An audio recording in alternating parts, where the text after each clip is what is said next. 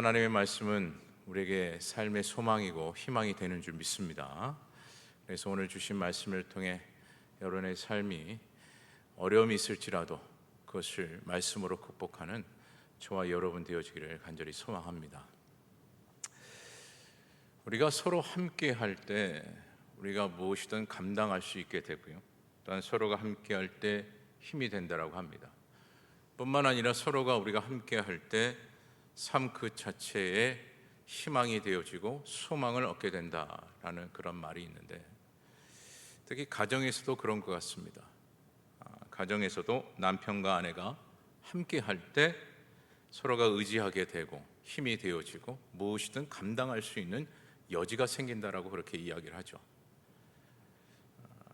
그리고 행복한 가정이 또한 되기 위해서는 서로가 협력을 잘 되어졌을 때, 부모와 자녀이든 또한 배우자의 관계이든 서로가 잘 화합하고 함께 동역하는 그런 삶 그 자체가 되어졌을 때 그 가정은 행복한 가정이 되어진다라고 그렇게 또한 이야기를 합니다. 그러니까 서로가 함께 어떠한 어려움이 있을지라도 그것을 공유하였을 때, 함께 그 어려움을 서로가 공유하였을 때 그것을 이겨낼 수 있고 감당하게 된다라는 것이죠. 어느 책에서 보니까 이런 제목이 있었습니다. 아내를 행복하게 만드는 방법과 남편을 행복하게 하는 방법이라는 그 두 가지의 방법을 소개하면서 이렇게 이야기하는데요, 먼저 남편이 아내를 행복하게 하는 방법을 봤더니 무려 몇 가지냐? 500가지 이상이 되었습니다.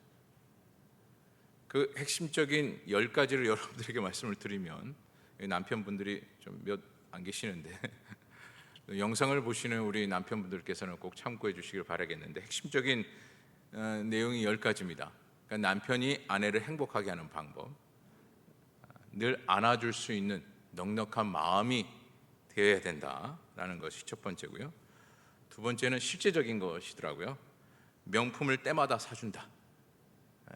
그리고 세 번째는 요리할 수 있는 남편이 되어야 된다.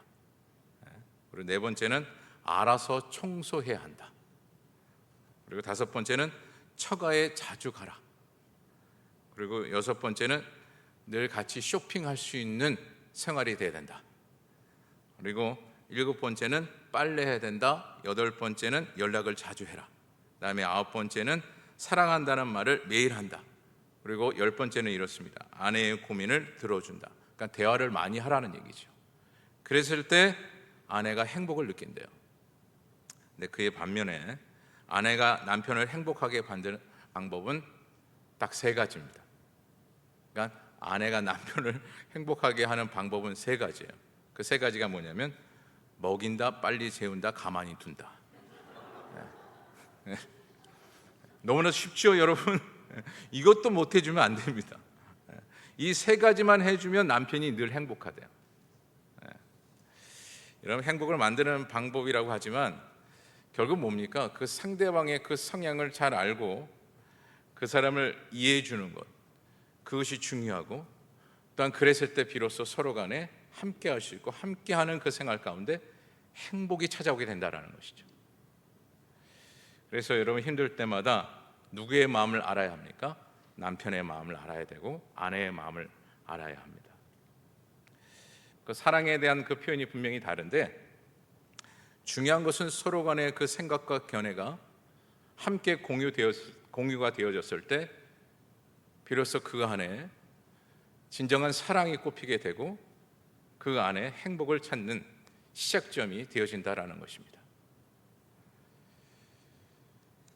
하지만 그 만남 그 자체, 서로 함께하는 그 생활에 소중함을 느끼지 못하고 그저 자신의 생각만 먼저 내세우는 그런 생활이 되어진다면 그 속에서 행복은커녕 오히려 불행한 인생이 시작이 되어지는 거예요. 그래서 만남 이후에 우리가 무엇을 어떻게 하는가, 그 만남을 우리가 어떻게 소중히 여기면서 살아가고 있느냐, 그것이 중요하다라는 거죠. 영국의 한 시골 마을에서 부잣집 소년이 연못에서 이렇게 놀다가 그만 연못에 빠지게 됩니다. 거의 죽게 되었을 때 그 모습을 본 한 소년이 있었는데 그 소년은 매우 가난한 소년이었어요. 위급한 마음에 그 가난한 소년은 수영을 좀 잘하였기에 부잣집 그 소년을 구해낼 수 있었습니다.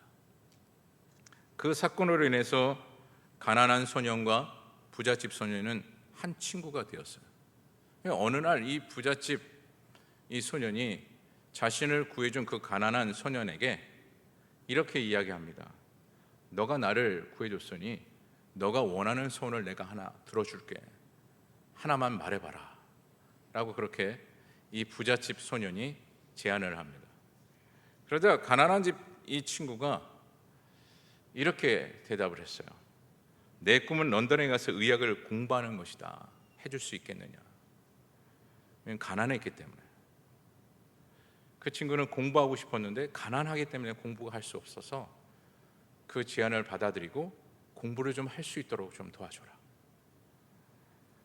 그 부잣집 친구는 친구의 소원이었기 때문에 아버지에게 부탁해서 공부할 수 있도록 해 주었습니다. 그래서 이 가난한 소년은 런던에 가서 의학 공부를 하며 의사가 되었는데요. 그가 누구냐? 페니실린을 발견한 바로 알렉산더 플레밍이에요.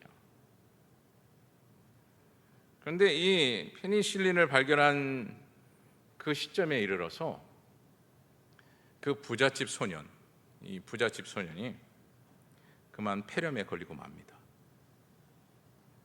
위독한 상태라는 소식을 듣고 이 알렉산더 플레밍이 그 부잣집 소년에게 가죠.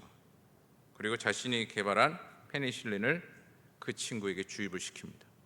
그래서 극적으로 그 친구를 또한 살려내게 되죠. 그렇게 살아난 친구가 누구냐? 이 부잣집 소년이 누구냐? 바로 2차 세계대전의 영웅 위스턴 처치예요. 여러분 한번 생각해 보세요. 이 둘의 만남이 없었다면, 그리고 서로 간에 서로의 고민과 또한 서로가 원하는 것을 함께 공유하지 않았다면 페니실린을 만든 알렉산더 플레밍은 없었을 겁니다. 그리고 위대한 영웅 위스턴 처칠도 없었을 거예요. 이처럼 만남이라는 것 자체는 우리가 이 시점에서는 별거 아닌 것 같이 그렇게 여길지 모르나 훗날에 어떤 모습으로 어떤 관계가 될지 모른다라는 것이죠.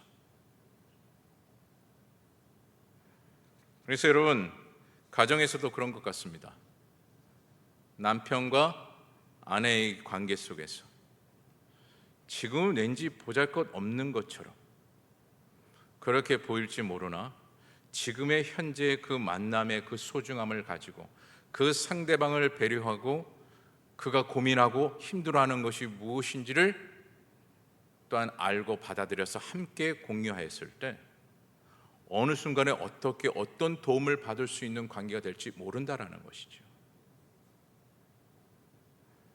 교회에서도 마찬가지인 것 같아요. 구역에서, 전도회에서 어떤 공동체의 만남이든 간에 그 만남이 너무나도 소중하다라는 거죠. 또한 사회의 만남도 그런 거 아니겠습니까? 이처럼 만남이 너무나도 중요한데 그 만남에 있어서 내가 누구를 또한 만나고 있느냐가 또한 중요한 것 같습니다. 만남에 대해서 5가지의 만남이라는 것을 소개한 글을 좀 제가 보았는데 잠깐 소개해드리면 이렇습니다. 첫째로 생선 같은 만남이에요. 이것은 어떤 만남이냐면 딱 보기에 싱싱해 보여서 다가가지만 점점 가까이 갈수록 비린내가 나서 더 이상 함께할 수 없는 관계를 말합니다. 두 번째 만남은 꽃과 같은 만남이에요. 이것은 지금 현재의 모습 너무나도 아름답고 화려해 가까이 가고 싶지만 며칠 못 가서 시들어버리는 만남을 이야기합니다. 그리고 세 번째 만남은 건전지와 같은 만남을 이야기하는데 처음에는 힘이 있습니다. 강합니다. 무엇인가 쓸모가 있어요. 그러나 얼마 지나지 않아서 그 힘, 그 파워는 다 지나가게 되고 결국 버릴 수밖에 없는 그 만남을 말합니다. 그리고 네 번째로 지우개와 같은 만남을 이야기하는데 뭔가 분명하고 뚜렷하게 드러나지만 어느 순간에 흔적도 없이 잊혀져 버리게 되고 사라지는 그 만남을 이야기해요. 마지막 5번째 만남이 중요한데, 이 만남은 어떤 만남이냐면 손수건과 같은 만남이에요. 손수건과 같은 만남. 이것은 만남 속에서 누군가의 눈물을 닦아주고 땀을 닦아주고 슬픔과 노고를 함께하며 어루만져 줄 수 있는 만남. 이것이 바로 손수건과 같은 만남을 이야기합니다. 오늘 이 절에 있는 여러분, 또한 영상을 보시는 우리 성도님들, 여러분들은 어떤 만남을 원하고 있고 누군가의 그 만남 속에서 어떤 만남을 이루고 계십니까? 누구나 이 5가지의 만남에 대해서 이야기를 들었을 때 5번째 그 만남을 다 원하시고 그 같은 만남을 기대할 거예요. 이처럼 오늘 본문에서도 아주 특별한 만남을 소개하고 있습니다. 그 첫 번째 만남이 무엇이냐면 행복을 찾기 위한 강한 의지를 보이고 있는데, 그 만남 그 자체가 행복의 시작이었다라고 소개를 하고 있어요. 말씀에 여러분 특별히 누구와 누구의 만남을 소개합니까? 예수님과 우리가 잘 알고 있는 삭개오의 그 만남을 소개하고 있어요.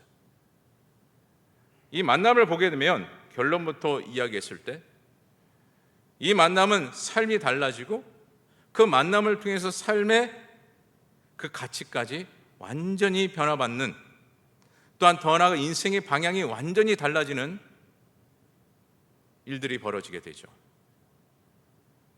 그렇다면 오늘 본문에 나타난 삭개오는 어떤 인물인가?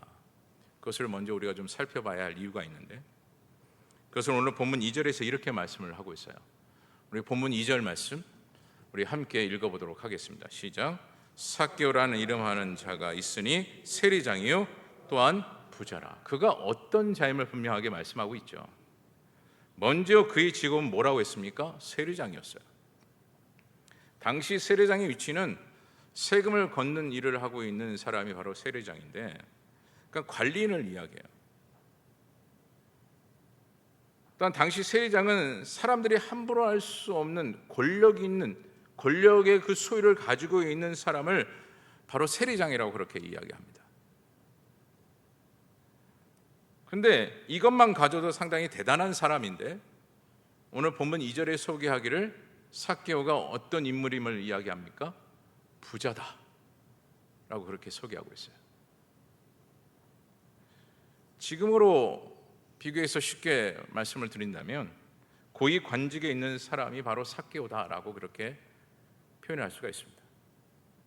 그러니까 그 누구도 삭개오를 쉽게 만날 수 없고 함께 할 수 없는 그 인물이 바로 삭개오였어요.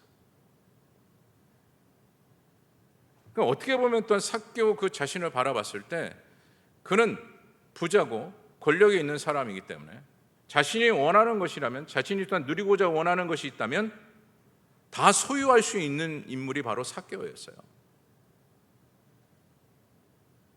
그래서 모든 사람들이 삭개오를 바라볼 때마다 부러울 수밖에 없었죠.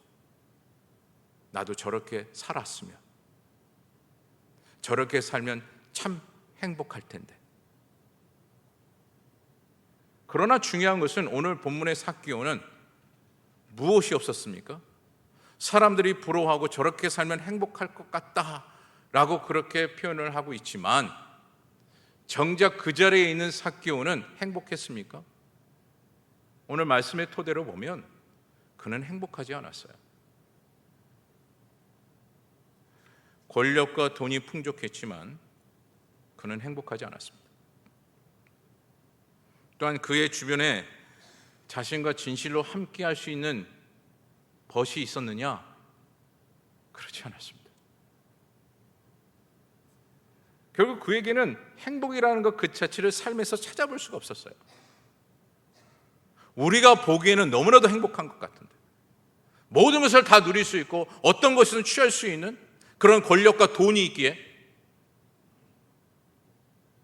참 행복할 것 같은데 그에게는 행복이 없었어요. 그런데 그때 삭개오는 예수님의 소식을 듣게 되었고요, 그 예수님을 만나기 위해서 찾아갔는데 오늘 본문 3절에서 이렇게 말씀을 하고 있죠. 우리 본문 3절 말씀 함께 읽어보도록 하겠습니다. 본문 3절입니다. 시작. 그가 예수께서 어떠한 사람인가 하여 보고자 하되 키가 작고 사람이 많아 할 수 없어. 그가 가지고 있는 신체 조건과 주변 환경 때문에 예수님을 볼 수도 없었고 보지도 못하였습니다. 그러나 오늘 본문 4절에서는 이렇게 말씀을 합니다. 우리 본문 4절 말씀도 함께 읽어보도록 하겠습니다. 시작. 앞으로 달려가서 보기 위하여 돌 무화과 나무에 올라가니 이는 예수께서 그리로 지나가게 되밀어라. 여기서 우리는 앞으로 달려가서 보기 위하여라는 이 말씀에 주목해야 합니다.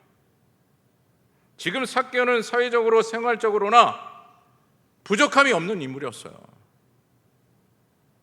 삶에 전혀 아쉬움이 없었던 인물이 바로 삭개오였어요. 그러면 삭개오가 왜 굳이 이와 같이 예수님을 만나기 위하여 애를 썼을까요?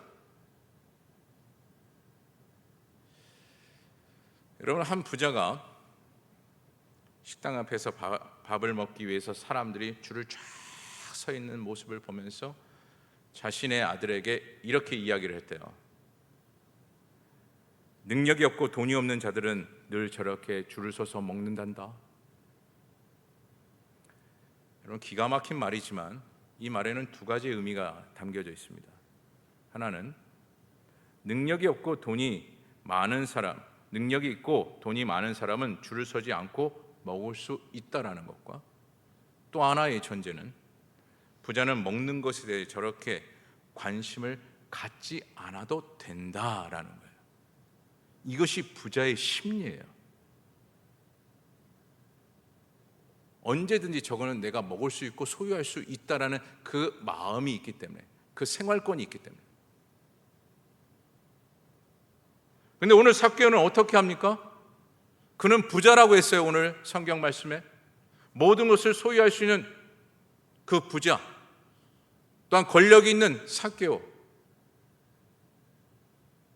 그가 어떻게 합니까? 무관심한 것이 아니라 앞으로 달려갔다라고 했습니다. 어찌 보면 그는 모든 것을 다 소유했기 때문에 예수님, 뭐야 저 사람, 뭐 어쩌라고, 뭘 저렇게 만나려고 애를 쓰지? 이와 같이 충분히 표현할 수 있었습니다. 하지만 그는 어떻게 했다고요? 달려갔다라는 거예요. 특별히 앞으로라고 이야기하고 있는 것은 무엇을 의미하고 있느냐면 강한 의지를 이야기하고 있는 거예요. 그 만남을 갖기 위해서 강한 의지를 표현하고 있는 삭개오의 모습을 그대로 말씀하고 있는 말씀이 앞으로라는 이 단어예요. 또한 그는 용기를 보이고 있는 것입니다. 이 앞으로라는 이 단어 앞에 그는 용기를 보이고 있는 거예요. 쉽게 예를 들어 이런 겁니다, 여러분. 여러분, 현대그룹 회장이 누굽니까? 현정은이라는 여성분이신데, 그가 조그만 식당에서 음식을 먹기 위해서 줄을 섰다라고 한번 상상해 보세요. 왜 저렇게 하지? 저 부자 회장이 저렇게까지 줄을 서서 먹어야 될 이유가 뭘까? 많은 관심의 대상이 될 수밖에 없습니다. 그래서 여러분, 그 위치에 있는 삭개오가 이와 같이 행동한다는 것은 결코 쉽지가 않는 행동이었어요. 용기가 있지 않는 한 그렇게 행동할 수가 없었습니다. 하지만 오늘 삭개오는 어떻게 했다라고 했습니까? 달려갔다라는 거예요. 앞으로 달려갔다. 누구를 만나기 위해서요? 예수님을 만나기 위해서. 뿐만 아니라 그가 어디에 올라갔다라고 합니까? 돌 무화과 나무에 올라갔다라고 표현하고 있어요. 돌 무화과 나무. 여러분, 이 나무는 결코 작은 나무가 아닙니다. 화면을 한번 보여주시죠. 여러분, 이 돌 무화과 나무는 뽕나무를 이야기하는데 결코 작은 나무가 아니에요. 큰 나무였습니다. 근데 여기서 중요한 것은 삭개오가 그 나무에 오르기 위해서 무엇까지 자청했느냐? 자신의 치부를 드러내기까지 그는 이 나무에 올라갔다는 얘기예요. 무슨 말이냐면 당시 그 생활권의 남자들도 입었던 그 옷의 형태를 우리가 알아야 하는데, 그 옷의 형태가 어떤 옷이었느냐면 여성분들이 잘 입고 있는, 오늘 화면을 보시면 아시겠지만 원피스 같은 옷이에요. 그러니 돌 무화과 나무, 저 높은 나무에 올라가기 위해서는 최소한 어떻게 해야 되겠습니까? 치마 형태의 옷이기 때문에 무릎 위까지는 최소한 이 옷을 올려야만이 나무에 올라갈 수 있었습니다. 그리고 한 가지 더, 나무에 올라가면 올라갈수록 밑에 있는 사람들이 쳐다봤을 때 자신의 치부를 볼 수밖에 없죠. 하지만 그는, 이 삭개오는 아랑곳하지 않고 예수님을 보기 위해, 예수님을 만나기 위해서 자신의 치부가 드러날지언정 그는 올라갔다라는 얘기예요.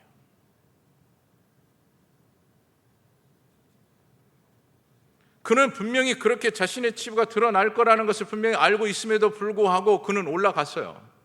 누구를 만나기 위해서요? 예수님을 만나기 위해서. 그 예수님을 보기 위해서. 이것이 바로 삭개오의 모습이었어요. 두 번째로 예수님이 부르시는 만남이 이루어짐을 보게 됩니다. 이것이 행복의 시작을 알리는 열쇠인데요, 그 말씀이 오늘 본문 5절인데 우리 본문 5절 말씀을 다 같이 한 목소리로 함께 읽어보도록 하겠습니다. 본문 5절입니다. 시작. 예수께서 그곳에 이르사 쳐다보시고 이르시되 삭개오야 속히 내려오라, 내가 오늘 내 집에 유하여야 하겠다 하시니. 아멘. 이것은 오늘 삭개오의 입장에서 봤을 때 엄청난 말씀이죠. 당시 돌 무화과 나무에서 삭개오만 있었던 것이 아닙니다, 여러분. 화면에서도 여러 번 보신 것 같이 나무는 컸어요. 그곳에 삭개오만 올라갔겠습니까? 수많은 사람들이 그 돌 무화과 나무에 올라갔다라는 거예요. 그런데 중요한 것은 누구의 이름만 부르셨어요? 삭개오의 이름만 예수님께서 부르셨다라는 거죠. 그리고 말씀하기를 뭐라고 말씀합니까? 속히 내려오라. 이것은 예수님의 주권적인 초대를 의미하고 있는 거예요. 즉 예수님이 삭개오를 이미 아셨고 그 삭개오를 마음에 담았음을 말씀하고 있는 것이죠.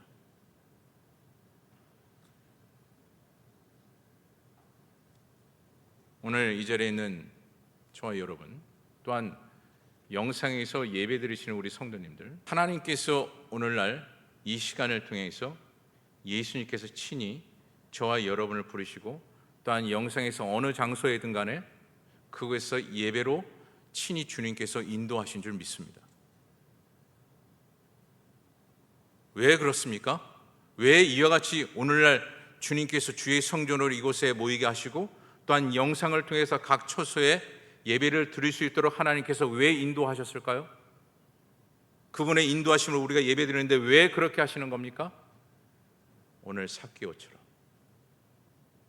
주님께서는 우리를 아시고 마음에 담으셨기에 이곳에 오게 하셨고 함께 예배 드릴 수 있는 여건을 주님께서 주장하신 거예요.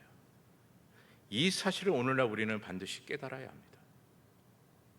그래서 우리는 주님과의 그 만남을 소중히 여겨야 되고요, 그분의 마음을 헤아리기 위해서 늘 우리는 끊임없이 말씀을 읽고 또 읽는 그 습관적인 신앙생활이 되어야 된다는 것이죠. 왜요? 왜 그렇습니까? 그분과 함께 해야 하기 때문에. 그리고 그분과 함께 했을 때 비로소 행복이 시작되어지기 때문에 그렇습니다. 셋째로 함께 하시는 그 만남을 오늘 말씀 속에서 찾아볼 수가 있어요.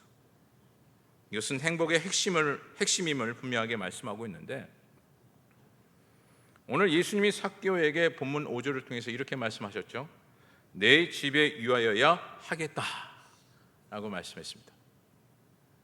이렇게 예수님께서 말씀하신 것은 삭개오와 어떤 만남을 이야기하느냐, 인격적인 만남을 요구하고 계신 거예요. 이때 삭개오가 어떻게 합니까? 본문 6절입니다. 우리 다 같이 한 목소리로 함께 읽어봅니다. 시작. 급히 내려와 즐거워하며 영접하거늘. 아멘. 여기서 급히 내려와라는 것은 그분의 초대의 삭개오가 어떤 응답의 표현을 하고 있는 거예요? 즉각적인 응답을 보이고 있는 거예요. 이것이 삭개오의 인생을 바꾸는 시작이 되었던 것이고, 급히 내려와라는 그 행동 때문에 그의 인생이 반전이 되는 행복의 시작점이 될 수 있었던 시작이 바로 이 말씀이라는 거예요. 급히 내려와. 즉각적인 그 응답이 결국 삭개오의 인생을 변화시키고 그의 인생이 행복의 시작이 될 수 있는 전환점이 되었다라는 것이죠. 오늘날 우리도 마찬가지입니다. 여러분들이 인생에 있어서 참된 행복이 시작되어지기를 원하십니까? 주신 말씀에 우리는 오늘 삭개오처럼 즉각적인 응답이 있어야 되는 거예요. 이것을 해야 될까 말아야 될까 고민할 필요가 없는 거예요. 왜요? 그것이 하나님의 말씀이기 때문에. 주저하는 그 순간 우리는 무엇을 잃는 것입니까? 행복을 잃어버리는 거예요. 오히려 불행을 자초하는 인생이 되고 마는 것입니다. 하지만 오늘 삭개오는 어떻습니까? 즉각적인 그 응답에 이르러 그의 인생이 완전히 전환되어지는 은혜가 임하게 되었던 것이죠. 그리고 그는 급히 내려와 무엇함을 보게 됩니까? 즐거워하며 예수를 영접했다라는 얘기예요. 사실 지금 삭개오가 뭐가 부족해서, 어떻게 보면 우리가 눈으로 봤을 때, 그 당시에 눈으로 봤을 때 예수님의 그 형태를 보면 보잘것없는 인물 아닙니까? 돈이 많습니까? 아니면 특별한 권력이 있습니까? 그저 사람 따라다니는 인물, 그것밖에 없어요. 하지만 삭개오는 달랐어요. 말씀의 표현대로 권력이 있었고 부를 가졌던 인물이었어요. 그렇기 때문에 굳이 예수님 앞에 이와 같이 급히 내려와 그를 기뻐하며 즐거워 영접할 필요가 없는 인물이 삭개오였습니다. 그렇다면 왜 그랬을까요? 오늘 삭개오를 보세요. 지금까지 삭개오는 무엇을 위해서 살았던 인물이었습니까? 오직 자신밖에 없었습니다. 자신이 원하는 것을 취하며 살아왔던 그 인물이었어요. 그것이 행복인 줄 알면서 살아왔던 인물이에요. 제가 이 말씀을 드리는 것은 오늘날 우리가 예수를 믿음에도 불구하고 무엇을 취하고 무엇을 얻은 것에 행복을 누리는 인생이 된다면 여러분 착각하는 인생이라는 거죠. 여러분 좋은 집을 더 얻었다? 그게 행복이라고 생각하십니까? 무엇인가 더 나은 것을 내가 얻었다? 물질의 그 부유함이 더 얻게 되는 그 일이 생겼다? 그것이 여러분의 인생의 최대 행복입니까? 그것은 착각임을 삭개오를 통해서 우리에게 가르치고 있어요. 그래요. 어찌 보면 그것이 행복일 수 있습니다. 기쁨이 될 수 있어요. 하지만 그것이 인생의 진정한 행복이 될 수 없음을 오늘 삭개오는 우리에게 가르치고 있다는 것이죠. 그리고 오늘 삭개오를 보면 돌 무화과 나무에 올라가는 그 시점에서 주변 사람들의 반응을 보면 참으로도 신비스럽습니다. 그 말씀이 본문 7절의 말씀인데 우리 본문 7절의 말씀 다 같이 함께 읽어보도록 하겠습니다. 본문 7절입니다. 시작. 무사람이 보고 수군거려 이르되 저가 죄인의 집에 유하러 들어갔도다 하더라. 여러분 삭개오의 입장에서만 봤을 때 삭개오는 갈등해야만 했지 않았는가 라고 보게 되죠. 왜 그렇습니까? 주변 사람들은 그 삭개오를 죄인 취급했기 때문에 그렇죠. 이것은 마치 여러분 이런 거예요. 신앙생활을 전혀 안 하셨던 분이 처음으로 교회에 나갈 때 나타나는 그 반응과 매우 흡사한 겁니다.